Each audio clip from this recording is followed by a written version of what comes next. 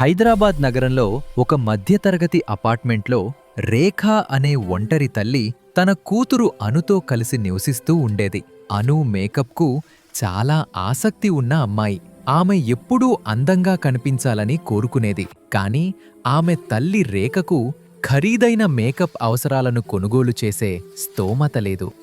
అను హైదరాబాద్ యూనివర్సిటీలో చదువుతోంది. అను స్నేహితురాలు ప్రియా తరగతి గదిలోకి చాలా అందంగా కనిపిస్తూ ప్రవేశిస్తుంది. తరగతిలో ఉన్న ప్రతి ఒక్కరూ ఆమె అందాన్ని ఆశ్చర్యంగా చూసి మెచ్చుకుంటారు. ప్రియా అను వద్దకు వచ్చి తాను వాడుతున్న ఖరీదైన లిప్స్టిక్ బ్రాండ్ లెక్సెల్యూర్ని చూపిస్తుంది. దాన్ని చూసిన అను పూర్తిగా మంత్రముగ్ధురాలవుతుంది. ఆ లిప్స్టిక్ను తానే కొనాలనే కోరిక ఆమె మనసులో మొదలవుతుంది. కాలేజ్ అయిపోయిన తర్వాత అను ఇంటికి వస్తుంది. తన తల్లి రేఖ దగ్గరకు వెళ్లి ఖరీదైన లెక్సెలోర్ బ్రాండ్ లిప్స్టిక్ను కొనాలని ఉందని చెబుతుంది. అందంగా కనిపించాలనే కోరికతో దాన్ని తప్పక కొనాలనుకుంటున్నానని, దానికి డబ్బులివ్వమని తల్లిని అడుగుతుంది. రేఖ ఎంతో మృదువుగా తమ ఆర్థిక పరిస్థితిని అనుకు వివరిస్తుంది. అంత ఖరీదైన లిప్స్టిక్కు డబ్బులు ఇవ్వలేనని చెప్పి తన గదికి వెళ్లి నిద్రపోతుంది. ఆ రాత్రి అను మాత్రం నిద్రపోలేకపోతుంది. తరువాతి సాయంత్రం అను ఇంటికి సమీపంలోని హైదరాబాద్ వీధుల్లో ఎక్కడ్నుంచో అకస్మాత్తుగా లెక్సెల్యూర్ లిప్స్టిక్లను అమ్ముతున్న ఒక మేకప్ స్టాల్ కనిపిస్తుంది.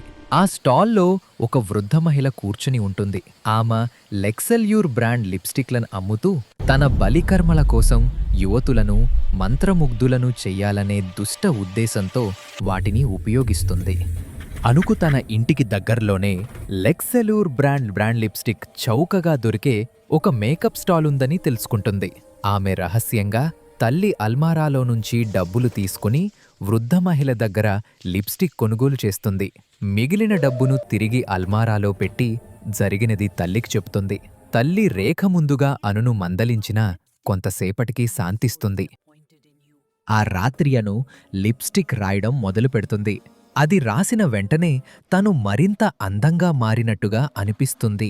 అద్దంలో తనను తాను చూస్తుండగా అకస్మాత్తుగా ఒక వృద్ధ మహిళ భయంకరమైన నవ్వుతో కనిపిస్తుంది. ఆ దృశ్యాన్ని చూసిన అను మెల్లగా మంత్రముగ్ధురాలవుతుంది. ఆ లిప్స్టిక్కు అను అలవాటు పడుతుంది. రోజురోజుకు ఆమెపై ఆ శక్తి ప్రభావం పెరిగి నెమ్మదిగా ఆమె ఆత్మవశమవుతుంది.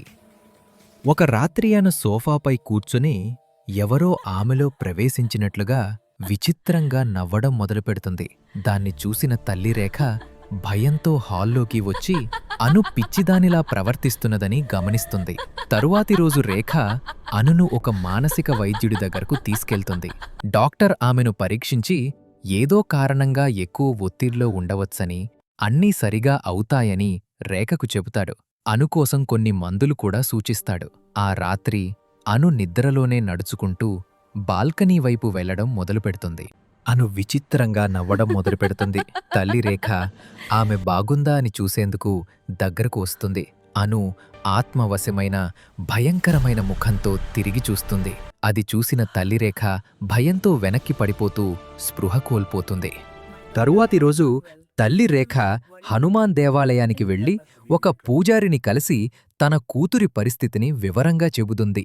ఆ రాత్రే పూజారివారి ఇంటికి వచ్చి భూతబాధ నివారణ క్రియలను ప్రారంభిస్తాడు. ఆత్మవశమైన అను భయంకరంగా నవ్వుతూ పైకప్పు గోడలపైకి ఎగురుతుంది. పూజారి జారి కింద పడిపోతాడు. కాని వెంటనే మంత్రాల పుస్తకాన్ని తీసుకుని శక్తివంతమైన మంత్రాలు జపించడం మొదలుపెడతాడు. ఆ మంత్రాల శక్తికి ఆత్మ అను మీదున్న నియంత్రణ కోల్పోయి మండిపోతూ ఆమె శరీరాన్ని విడిచిపెడుతుంది. ఆ శపించబడిన లిప్స్టిక్ బూడిదగా మారి కాలిపోతుంది. అను ప్రశాంతంగా నిద్రపోతుంటుంది. సూర్యోదయం కొత్త ఆరంభాన్ని సూచిస్తుంది. తల్లి రేఖ జరిగిన ప్రతిదాన్ని అనుకు వివరిస్తూ అను మళ్లీ ఆరోగ్యంగా సాధారణ స్థితికి వచ్చినందుకు తాను ఎంతో సంతోషంగా ఉందని చెబుతుంది.